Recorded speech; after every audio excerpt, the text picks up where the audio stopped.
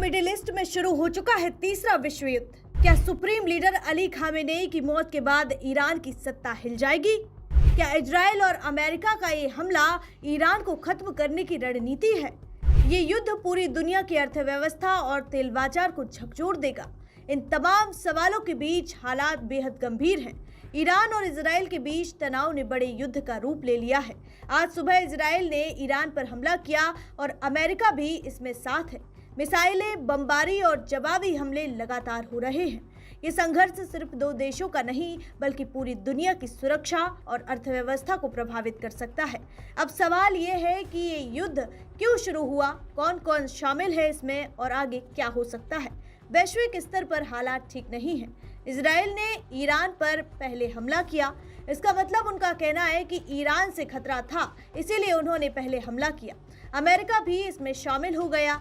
अमेरिकी राष्ट्रपति Donald Trump ने कहा कि ये बड़ा युद्ध अभियान है और कई दिनों तक चल सकता है।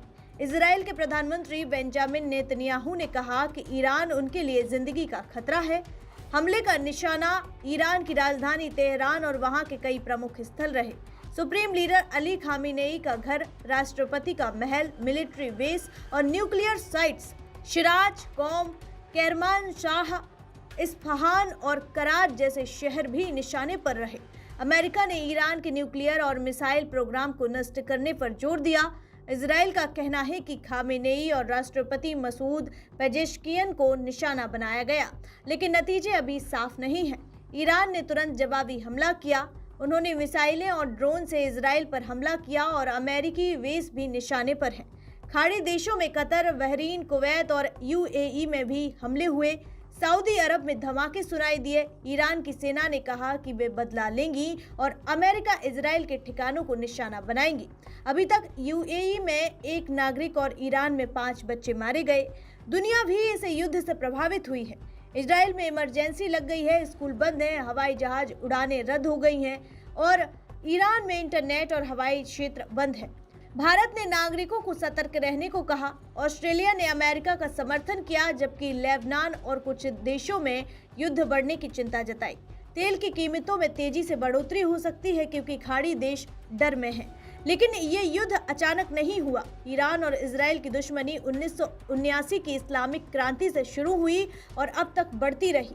ईरान कहता है कि इजराइल फिलिस्तीन पर कब्जा कर रहा है। इजराइल को डर है कि ईरान उन्हें नष्ट करना चाहता है। ईरान हिजबुल्लाह और हमास जैसे ग्रुप्स को मदद देता है जो इजराइल पर हमले करते हैं। इजराइल गुप्त हमलों के जरिए ईरान के वैज्ञानिकों और मिलिट्री को निशाना बनाता रहा। सबसे बड़ा कारण ईरान का न्यूक्लियर प्रोग्राम है।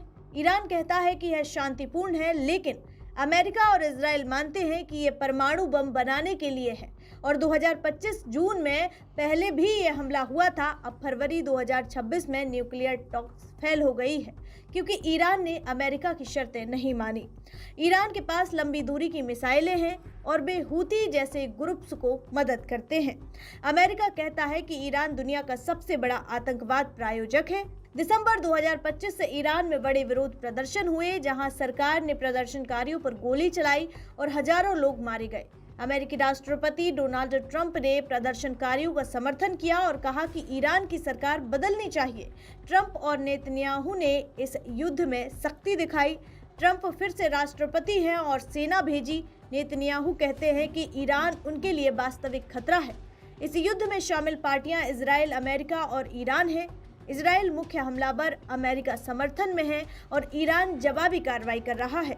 हिजबुल्लाह, हमास और हूती जैसे ग्रुप्स ईरान की तरफ से लड़ सकते हैं। खाड़ी देश डर में है। इराक और सीरिया में भी तनाव बढ़ा है। संभावित परिणाम गंभीर है। ईरान में सरकार गिर सकती है या युद्ध लंबा खिंच सकता है। मिडिल ईस्ट में बड़ा युद्ध हो सकता है। तेल की सप्लाई प्रभावित होगी और कीमतें बढ़ेंगी। दुनिया की अर्थव्यवस्था प्रभावित होगी। आगे इस खबर से जुड़े तमाम अपडेट आप तक जरूर पहुंचाएंगे। देखते रहिए वीके न्यूज। वीके न्यूज, राष्ट्र के नाम।